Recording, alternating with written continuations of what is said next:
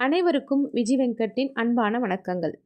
வாண்டு மாமா எழுதிய கண்ணாடி மனிதன் கதையுடைய முதல் பாகம் 2வது பாகத்தை நான் உங்களுக்கு முன்னமே படித்து காமிச்சிருக்கேன். இப்போது 3வது பாகமாக உங்களுக்கு திரும்பவும் அந்த கதையை சொல்ல போகிறேன். இந்த கதையை சொல்லுங்க திரும்பவும் அப்படின்னு சொல்லி கேட்டதுக்கு மிகவும் நன்றி. திரும்பவும் ரொம்ப நாளைக்கு பிறகு உங்களுக்கு கதை சொல்வதில் எனக்கு மிகவும் மகிழ்ச்சி. 2வது பாகத்தோட முடிவு என்ன அப்படின்னா, சற்று நேரம் கழித்து நான் மட்டும் ஓசைப்படாமல் கீழே போகிறேன், ஏதாவது சாத்தியக்கூறுகள் தப்பிக்கிறதுக்கு இருக்கா அப்படின்னு பார்த்துட்டு வரேன்னு சொல்லி போன வண்டிக்கார வேலன் அவன் வருகைக்காக காத்திருந்தாங்க எல்லாரும். கீழே ஆரவாரம் அடங்கியதும் வேலன் மெதுவே மாடிப்படிகளில் பூனை போல இருளில் தட்டு தடுமாடி இறங்கிட்டு வந்தான். பாதி தூரம் சென்றதும் கிர் அப்படின்ற ஒரு உருமல், அதை தொடர்ந்து காவல் நாயின் ஆக்ரோஷமான கத்தல். வெளியில் கட்டியிருந்த நாயை உள்ளே கொண்டு வந்து மாடிப்படியின் கீழே காவல் வச்சிருக்கிறாங்க. வேலன் வெளத்து போயிட்டான். கூடத்தில் உள்ள அரை கதவின் இடுக்கு வழியே வெளிச்சமாக இருந்தது. எங்கே போகிறாய், என்ன வேணும் உனக்கு அப்படின்னு அந்த பெண்ணின் குரல் எரிச்சலோடு அவங்களுக்கு கேட்டது. என் வண்டியில் இருந்து ஒரு சாமான் எடுத்து வரணும், அதான் அப்படின்னு குழறினா வண்டிக்காரன்.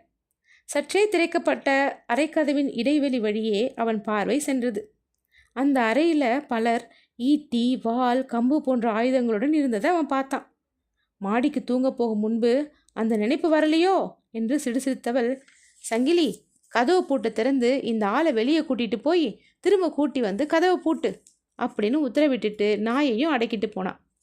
தான் கூறிய பொய்யை நியாயமாக்குவது எப்படி அப்படின்னு குழம்பிய வேலனுக்கு வண்டியின் வைக்கோல் இருப்பின் கீழே போன வாரம் சந்தையில் வாங்கிய மெழுகுவத்தி குச்சிகள் இருப்பது அவனுக்கு நினைவு வந்தது.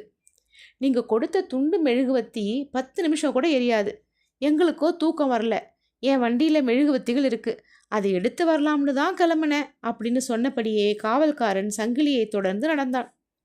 மெழுகுவத்திகளுடன் அறைக்கு திரும்பிய வேலன் தன் சகாக்களிடம் கீழ் அறையில் ஆயுதம் தாங்கிய ஆட்களை தான் கண்டதையும் தாங்கள் வெளியேற முடியாதபடி நாயை மாடிப்படி அருகே கட்டியிருப்பதையும் கூறினான். நாம் நாளை காலை சூரியோதயத்தை பார்க்க போகிறோமோ என்று கேட்டான் பரிதாபமாக பொன்னன். வண்டிக்கார வேலன் கொண்டு வந்த பெரிய மெழுகுவத்தியை கொளுத்தி அந்த அறையின் நடுவில் வைத்தான் மாதவன். பயப்படுறதுனாலும் கவலைப்படுறதுனாலும் ஆகப்போவது எதுவும் இல்லை, அடுத்து என்ன நடக்கிறதுன்னு தான் பார்ப்போம், கொஞ்சம் காத்திருப்போம், நமக்கோ இனி தூக்கம் வரப்போதில்லை அப்படின்னு சொன்னான். உண்மைதான், முன்பு நாம் செய்து கொண்ட ஏற்பாட்டின்படி முதல்ல நான் கதை சொல்கிறேன் அப்படின்னு தொண்டையை செருமிக்கிட்டு கதையை சொல்ல ஆரம்பித்தான் வண்டிக்கார வேலன். மேற்கு கடற்கரை வழியாக பிரயாணம் செய்தால் அடர்ந்த கானகங்களையும் மலைகளையும் நீர்வீழ்ச்சிகளையும் காட்டாறுகளையும் நம்ம பார்க்கலாம். இந்த கானகங்களில் தேக்கு போன்ற பல்வேறு உறுதியான மரங்கள் நெடுது உயர்ந்து வளர்ந்து நின்றன. இங்கு வாழும் மக்கள் பல்வேறு வகையினர். இயற்கை அணியின் செல்ல பிள்ளைகளான இவர்கள் கட்டுமஸ்தான உடலமைப்பு கொண்டவர்கள், உழைப்பாளிகள். கண்ணாடி குழம்பை குழாய் மூலம் ஊதி பல்வேறு அமைப்புகளில் கண்ணாடி பொருட்களை உருவாக்குவதில் இவங்க வல்லவர்கள். அப்படியானா அவங்க எவ்வளவு நெஞ்சுரம் பெற்ற பலசாலிகளாக இருக்க வேண்டும் அப்படின்னு எண்ணி பாருங்க. கானகத்தின் எல்லை பகுதிகளில் வசிப்போர் பெரும் மரங்களை வெட்டி அவற்றை வேறு பகுதிகளுக்கு படகுகளில் ஆற்றின் போக்கில் கொண்டு சென்று வாணிபம் செய்பவர்கள், மிகவும் பணக்காரர்கள். வேறு சிலர் அடுப்புக்கறி தயாரித்து வாழ்க்கை நடத்துபவர்கள். அந்த காலத்தில் அடுப்புக்கரியை சமையல் மற்றும் பல்வேறு காரியங்களுக்கு அதிகமாக பயன்படுத்தினர். மக்களின் தேவையை பூர்த்தி செய்ய மரங்களை பக்குவமாக எரித்து அடுப்புக்கறி தயாரித்து நகரங்களுக்கும் சிற்றூர்களுக்கும் மூட்டை மூட்டையாக இந்த அடுப்புக்கரியை அனுப்பி தொழில் நடத்தினாங்க. கானகத்தையே நம்பி வாழ்ந்த உழைப்பாளிகளான இந்த கானகத்து குழந்தைகள் பல்வேறு வன தேவதைகளை வழிபட்டாங்க. தங்களுடைய வாழ்வு தாழ்வை இத்தகைய தேவதைகளும் ஆவிகளும் தான் நிர்ணயிப்பதாக நம்பினாங்க. இவற்றில் நல்லதை செய்யும் தேவதைகளும் கெட்டதை செய்யும் துர்தேவதைகளும் உண்டு. மனித எண்ணங்கள் செயல்களின் பிரதிபலிப்பாகவே இத்தகைய தேவதைகளின் அமைப்பும் ஆற்றல்களும் இருந்தன. மனித ஆற்றலுக்கு அப்பாற்பட்ட காரியங்களை செய்யும் வல்லமை பெற்றதாக சில சக்திகளை உருவாக்கிக்கிட்டு அதை தெய்வங்களாக்கி வழிபடுவது தொன்று தொட்டு நடந்து வருகிறது. அப்படி உருவாக்கப்பட்டவன் தான் சாமுண்டன். ராட்சசனை போன்ற பெருத்த உடலும் பேராற்றலும் பலமும் கொண்டவன் சாமுண்டன். அப்பகுதி மக்கள் அவன் வல்லமையில் ஒருவித பயமும் பக்தியும் கொண்டிருந்தாங்க. என்றோ வாழ்ந்த அவன் இன்னமும் ஆவியா அப்பகுதியில் வாழ்ந்து வருவதாக நம்பினாங்க. அவனை தீய சக்தியா கருதி வழிபட்டனர் சிலர். இதற்கு நேர்மறையாக விளங்கியது மூஷிகன் என்னும் தேவதை. இவனை குட்டிச்சாத்தான் என்றும் அழைத்தாங்க. குள்ளமான வினோத உருவம் கொண்ட இவனே கண்ணாடி மனிதன். நல்லதே செய்வான் இந்த குட்டி தேவதையான மூஷிகன். இந்த இரு தேவதைகளிடம் சிக்கிக் கொண்டவன்தான் பலராமன் என்ற இளைஞன். அவனை பற்றிய கதைதான் இது. மருதாயி என்பவளின் மகன்தான் இந்த பலராமன். அவள் ஒரு விதவை. அவள் கணவன் அடுப்புக்கறி தயாரித்து வாழ்க்கை நடத்தியவன். ஒரே மகனான பலராமனை மருதாயியின் சொத்தாக்கிவிட்டு இறந்து போனான். 16 வயதான பலராமனுக்கு வேறு தொழில் எதுவும் தெரியாது. அவன் அப்பா உயிரோடு இருந்தபோது கறி தயாரிப்பதில் அவருக்கு உதவியாக இருந்து அந்த தொழிலை கற்றுக்கொண்டிருந்தான். அவர் இறந்த பிறகு அதையே தொடர்ந்து தன் தாயாரை காப்பாற்றி வந்தான். ஏழ்மையான வாழ்க்கைதான். எப்போதும் கரி படிந்த உடையும். ஆனாலும் பலராமன் மற்றவர்களோடு தன் வாழ்க்கையை ஒப்பிட்டு பார்த்து பெருமூச்சு விடுவான். அடுப்புக்கறி தயாரிக்கும் காலவாயில் பணியில் ஈடுபட்டிருக்கும் போது அவனுக்கு நிறைய அவகாசம் கிடைக்கும். தன்னந்தனியே காட்டின் அந்த நிசப்தமும் அமைதியும் அவனுக்கு பழகி போனாலும் தனக்கு இப்படி ஒரு வாழ்க்கை அமைந்ததே என்று ஏக்கமடைவான். அவனையும் மீறி கண்ணீர் வழியும். என் வயதுள்ள இளைஞர்கள் எப்படி குஷியாக வாழ்கிறார்கள். நான் முகமெல்லாம் உடலெல்லாம் கரிப்படிந்து இப்படி அல்லவா வாழ்வனேன் என்று தன்னைத்தானே கேட்டுக்கொள்வான்.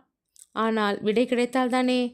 பண்டிகை நாட்களிலும் சந்தை கூடும்போதும் மற்றவர்கள் விதவிதமாக உடுத்தி கொண்டு விரும்பியதையெல்லாம் வாங்கி கொண்டு மகிழ்ச்சியோடு செல்வதை பொறாமையோடு பார்த்து புழுங்கி போவான் பலராமன். கண்ணாடி பொருள் செய்பவர்களும் மர வியாபாரம் செய்பவர்களும் பணத்தை எவ்வளவு தாராளமாக செலவழிக்கிறார்கள். தன் அப்பா உயிருடன் இருந்தபோது அவருடன் சந்தைக்கு போயிருக்கிறான். அப்போது அவன் கண்ட அந்த காட்சிகள் அவன் நினைவிலேயே நின்றன. மர வியாபாரம் செய்யும் மாறி கத்தை கத்தையாக ரூபாய் நோட்டுகளை கையில் வைத்து கொண்டு சந்தை பொருட்களை அவர்கள் கூறும் விலைக்கு பேரம் பேசாமல் வாங்கி தன் மனைவிக்கும் குழந்தைகளுக்கும் கொடுப்பான். உணவு விடுதியில் அவன் செலவழித்த தொகையை தன் அப்பா வருஷமெல்லாம் உழைத்தல்லவா பெற வேண்டும் என்று நினைத்து கொள்வான். அந்த பகுதியிலேயே பெரும் பணக்காரன் மாறி. வருஷத்திலே 6 மாதம் மரங்களை ஏற்றிக்கொண்டு வெளியூர்களுக்கு போய் வியாபாரம் செய்ய நிறைய பணத்துடன் திரும்புவான். ஜமீன்தாரை போல வாழும் மாரியை கண்டு ஊரே வியக்கும். கரிக்கார பலராமனை ஆச்சரியப்பட செய்யும் மற்றொரு மனிதன்தான் சங்கிலி. ஆள் வாட்ட சாட்டமாக இருப்பான். ரொம்ப துணிச்சல்காரன். யாரையும் லட்சியமே செய்ய மாட்டான். சங்கிலியை கண்டாலே எல்லோரும் விலகி வழி கொடுப்பார்கள். அவர்களைப் போல தான் வாழ முடிந்தால் என்று கற்பனையில் மிதப்பான் பலராமன். அடுப்புக்கரியை மூட்டைகளாக கட்டிக்கொண்டே. கரகாட்டக்கார கண்ணுசாமி ஒரு காலத்தில் ஏழையாகத்தான் இருந்தானாம் என்னை போல. திடீரென்று எப்படி இவ்வளவு பணக்காரனானான் என்று எல்லோரும் பேசிக்கொள்கிறார்கள். காட்டில் ஒரு மரத்தின் கீழே அவனுக்கு புதையல் கிடைத்ததாக ரொம்ப பேருடைய நம்பிக்கை. அப்படித்தான் இருக்க வேண்டும். இல்லாவிட்டால் இத்தனை பகட்டாக அவன் வாழ்வதற்கு ஏது பணம்? பலராமன் இவர்களின் சுக வாழ்வையும் தன் அவல வாழ்வையும் எண்ணி அசை போட்டபடி தன்னந்தனியே காட்டில் தன் அடுப்புக்கறி தொழிலில் ஈடுபட்டிருப்பான். அதே சமயம் அவன் மனதில் இன்னொரு பக்கம், இந்த பணக்காரர்களெல்லாம் இரக்கமற்றவர்கள், ஏழைகளையும் கஷ்டப்படுபவர்களையும் மதிக்காதவர்கள். இவர்களிடம் உள்ள பணத்துக்காகவே இவர்களை மதிக்கிறார்கள், குணத்துக்காக அல்ல. உண்மையில் மக்களுக்கு இவர்களிடம் வெறுப்புத்தான் என்று கூறும். ஆனால் அதன் வாதத்தை சுக வாழ்வுக்கு இயங்கும் பலராமனின் மற்றொரு பக்க மனம் ஏற்காது. இனி இப்படி கரிமூட்டையோடு வாழப்போவதில்லை. மாரியைப் போல, சங்கிலியைப் போல, கண்ணுசாமியைப் போல நானும் எப்படியாவது பணக்காரனாவேன் என்று எண்ணிக்கொள்வான். கண்ணுசாமிக்கு காட்டில் புதையல் கிடைத்தது என்கிறார்களே, அது நிஜமாக இருக்குமோ? எனக்கும் அப்படி புதையல் கிடைத்தால் எப்படி இருக்கும் என்று கனவில் மூழ்கி போவான் பலராமன். எப்படி பணக்காரனாகலாம் என்று பலவாறு யோசித்தான். ஒரு வழியும் புலப்படவில்லை. அடுப்புக்கறி பண்ண மட்டுமே தெரிந்த பலராமனுக்கு அவன் சின்ன பையனாக இருக்கும் பொழுது அவன் அப்பாவின் நண்பர்கள் இரவு வேளையில் அவரோடு பொழுதுபோக்காக பேச வருவார்கள். அப்போது அவர்களும் பணக்காரர்களின் பகட்டான வாழ்க்கையை பற்றித்தான் பேசுவார்கள். அவர்கள் பேச்சில் மூஷிகன் என்ற கண்ணாடி மனிதனான குட்டிச்சாத்தானும் இடம்பெறுவான்.